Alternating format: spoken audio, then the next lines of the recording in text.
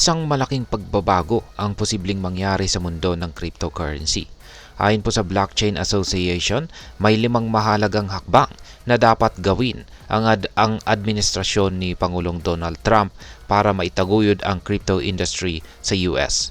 Ito po ang mga prioridad na kanilang inilatag upang gawing mas malinaw, ligtas at masigla ang regulasyon para sa digital assets. Pero paano kaya ito makakaapekto sa global market? At higit sa lahat ay para sa atin bilang mga crypto traders at investors. Kaya ayan po ang siyang ating pag-uusapan sa video na ito. Pero bago po tayo magpatuloy ay nais ko lamang po munang bigyang linaw ang aking disclaimer kung saan ang nilalaman po ng video na ito ay hindi po ito isang financial advice. For education and information purposes lamang po ang layunin nito. Ayan. Unang-una ay ang malinaw at comprehensive na regulasyon para sa digital assets. Inirekomenda ng Blockchain Association ang paggawa ng malinaw na mga batas na sumasaklaw sa market structure at stablecoin regulation. Sa ngayon ay maraming crypto companies ang nalilito dahil sa kawalan ng tiyak na gabay kung paano po i-navigate ang kanilang negosyo. Sa isang mas maayos na legal framework, mas magiging madali ang pag-develop ng blockchain technology nang hindi po natatakot sa enforcement actions. Pangalawa ay ang pagtigil po sa debunking ng crypto companies. Ang debunking ay tumutukoy po ito sa pagtanggi ng mga bangko na magbigay ng serbisyo sa mga crypto companies.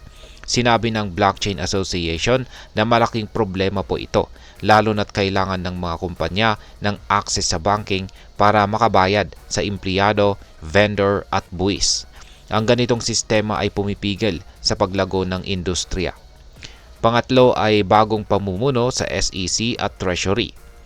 Matapos pong kumpirmahin ang pagbibitiw ni Ginoong Gary Gensler bilang SEC Chairman, umaasa ang Blockchain Association na ang papalit sa kanya ay magkakaroon po ng mas collaborative at pro-crypto na pananaw. Bukod dito, hinihikayat din nila ang Treasury Department na bigyan ng mas makatarungang tax treatment ang digital assets at tiyakin ang proteksyon ng privacy ng mga gumagamit nito. Pang-apat ay ang pagtatag ng Crypto Advisory Council. Ipinanukala ni Pangulong Donald Trump ang pagbuo ng isang Crypto Advisory Council na magpapayo sa gobyerno sa tamang pagbalanse sa regulasyon at inobasyon. Ang council na ito ay makikipagtulungan sa SEC, Commodity Futures Trading Commission or CFTC at Treasury upang bumuo ng mga praktikal na pulisiya. Isa rin sa kanilang layunin ang pagsusulong ng Bitcoin Reserve bilang strategic asset para sa ekonomiya ng Amerika. At ang panglima o panghuli ay ang pagpuposisyon ng US bilang global leader sa crypto innovation. Ang Blockchain Association ay nagnanais na itulak ang Amerika bilang leader sa blockchain at crypto innovation. Ayon po sa kanila, ang malinaw na regulasyon at patas na polisiya ay makakaakit po ng global investments at makapagpapalago ng ekonomiya. Ngayon ay ano po kaya ang posibleng epekto nito para sa atin bilang mga Pinoy crypto traders at investors? Kung maisasakatuparan ang mga panukalang ito, ang global crypto market ay tiyak na makakaramdam ng positibong epekto. Bilang Filipino crypto trader o investor, maaaring asahan natin ang mas malaking kumpiyansa sa crypto investments. Ang mas malinaw na regulasyon sa US ay maaaring magbigay ng impluwensya sa iba't ibang bansa, kabilang na ang Pilipinas, upang gawing mas maayos at transparent ang crypto environment. Maaari rin nitong itaas ang demand para sa digital assets tulad ng Bitcoin, Ethereum at iba pang altcoins na posibleng magdulot ng pagtaas ng presyo. Para po sa mga Pinoy na aktibo sa crypto trading, ito po ang pagkakataon upang maging handa at pumasok sa mas malawak na market opportunities. Ngayon ay ano naman po ang aking masasabi tungkol dito?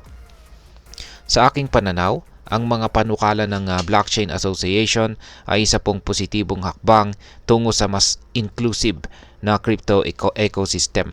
Kung ang US bilang isa sa pinakamalaking market ng cryptocurrency ay magkakaroon po ng malinaw na regulasyon, magdadala po ito ng domino effect na magpapabilis ng pagtanggap ng crypto sa buong mundo.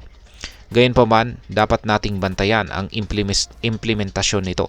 Ang balanse po sa pagitan ng regulasyon at inobasyon ang susi upang matiyak na hindi po mawawala ang layunin ng blockchain technology, ang magdala ng kalayaan at oportunidad sa mas maraming tao. Kaya mga ka-crypto, ano po ang masasabi ninyo sa planong ito? Handa na ba ang mundo at ang Pilipinas sa mas pro-crypto na regulasyon? I-share ang inyong opinion sa comment section sa ibaba. At hanggang dito na lamang po tayo sa video na ito mga ka-crypto. Sana po ay inyong nagustuhan ang aking paliwanag sa video na ito. Kung inyo po itong nagustuhan, pakiclick lamang po ang like button nito. Marami pong salamat sa panonood. Ingat po tayo lagi at God bless po sa ating lahat.